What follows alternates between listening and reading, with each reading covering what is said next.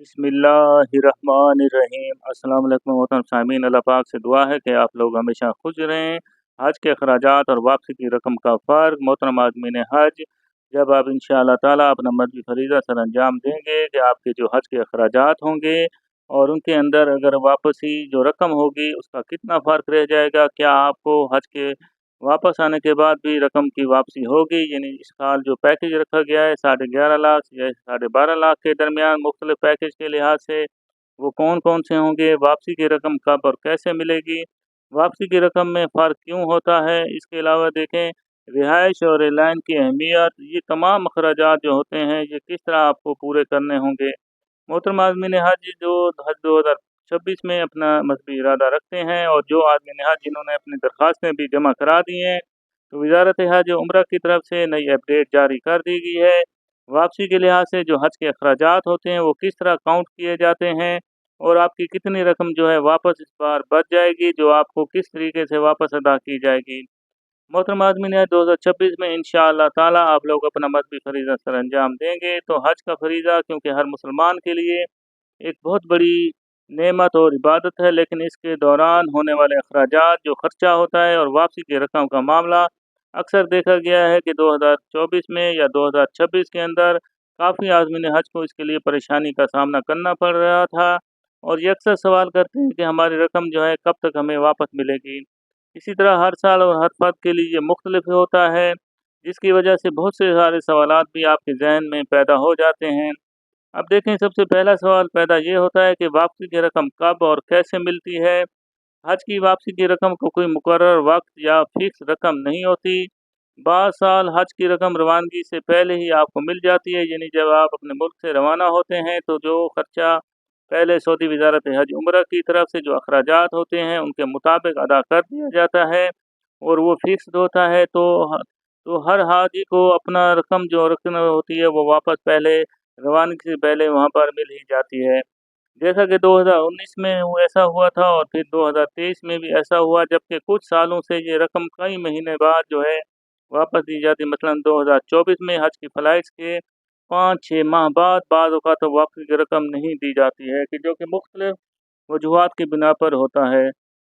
वापसी की रकम में फ़र्क क्यों होता है? वजह क्या होती है कि क्यों आपको ये रकम वापस, जो हज का खर्चा आपने टोटल जमा कराया होता है, क्यों वापस कर दिया जाता है? क्योंकि वापसी की रकम हर हाजी के लिए मुख्तलिफ होती है, क्योंकि ये कई अवामिल पर मुनहसर होती है। नंबर 1, रिहाइश का मेयार और मकाम को देखा जाता है। अगर मदीना मुनव्वरा में रिहाइश हरम के करीब हो या मिना में मकतब जमरात के पास हो या अज़ीज़िया की बिल्डिंग जैसी अपग्रेड रिहाइश फराहम की गई हो, तो ये अखराजात बढ़ जाते हैं। नतीजतन वापसी की रकम कम भी हो सकती है। इसके अलावा दूसरा अहम सेक्टर होता है कि एयरलाइन का किराया होता है। फैक्टर वो कौन-सा है? हवाई जहाज़ के किराए में भी फ़र्क हो नज़र आता है। बाज़ औक़ात एयरलाइन की टिकटें सस्ती भी हो जाती हैं और बाज़ औक़ात महँगी भी हो जाते हैं। आलमी नज़र से देखा जाए तो पेट्रोल महँगा हो जाता है तो टिकट भी महँगी हो जाती है। पेट्रोल सस्ता होगा, डॉलर सस्ता होगा तो रुपया भी कम हो जाता है। तो ये भी किसी इज़ाफ़े से सबब बनता है, जिससे वापसी की रकम भी मुतासिर होती रहती है।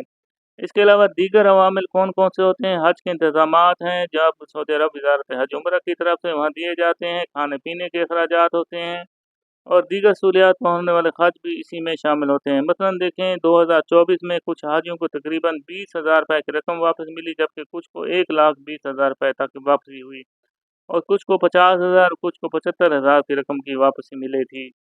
रिहाइश और रिहाइश का इंतख़ाब उसकी जगह हज के अखराजात पर गहरा असर भी डालती है। हरम शरीफ के इंतहाई करीब रिहाइश हो तो सहूलत के साथ-साथ महँगी भी होती है, जबकि दूर-दराज़ की जगहों की कीमत कम होती है। तो इस वजह से आपने देखा होगा कि किसी को ₹1,20,000 वापस मिले तो उनकी रिहाइश जो थी वो ज़्यादा तवील फ़ासले पर मुश्तमिल थी। जिनकी रकम देखें ₹20,000 सिर्फ़ मिली तो उनकी जो रिहाइश थी वो तकरीबन करीब ही थी। तो हरम शरीफ के इंतहाई करीब रिहाइश तो सहूलत के साथ-साथ महँगी भी होती है। इस तरह मुख्तलिफ एयरलाइन के किराए के मुख्तलिफ होते हैं। जिस तरह देखें, पाकिस्तान के अंदर जो एयरलाइन होंगी वो सऊदी एयरलाइन है, पीएई है, सीरीन एयरलाइन है, ब्लू एयरलाइन है। तो ये ऐसी एयरलाइन होती हैं जिनसे ये मुख्तलिफ इनका किराया हर एक का अपना होता है। तो इस वजह से जो आज़मीन हज जाते हैं मुख्तलिफ एयरलाइन के ज़रिए जाते हैं, तो इस वजह से उनके किराए मुख्तलिफ होने की वजह से उनकी रकम के अंदर जो है ये बुनियादी फ़र्क नज़र आता है। तो इसकी वजह से देखें हज के कुल अखराजात और रकम की वापसी में फ़र्क भी आता है। इसके अलावा हज अखराजात और रकम की वापसी का कोई मुकर्रर असूल या फ़िक्स रकम भी नहीं होती।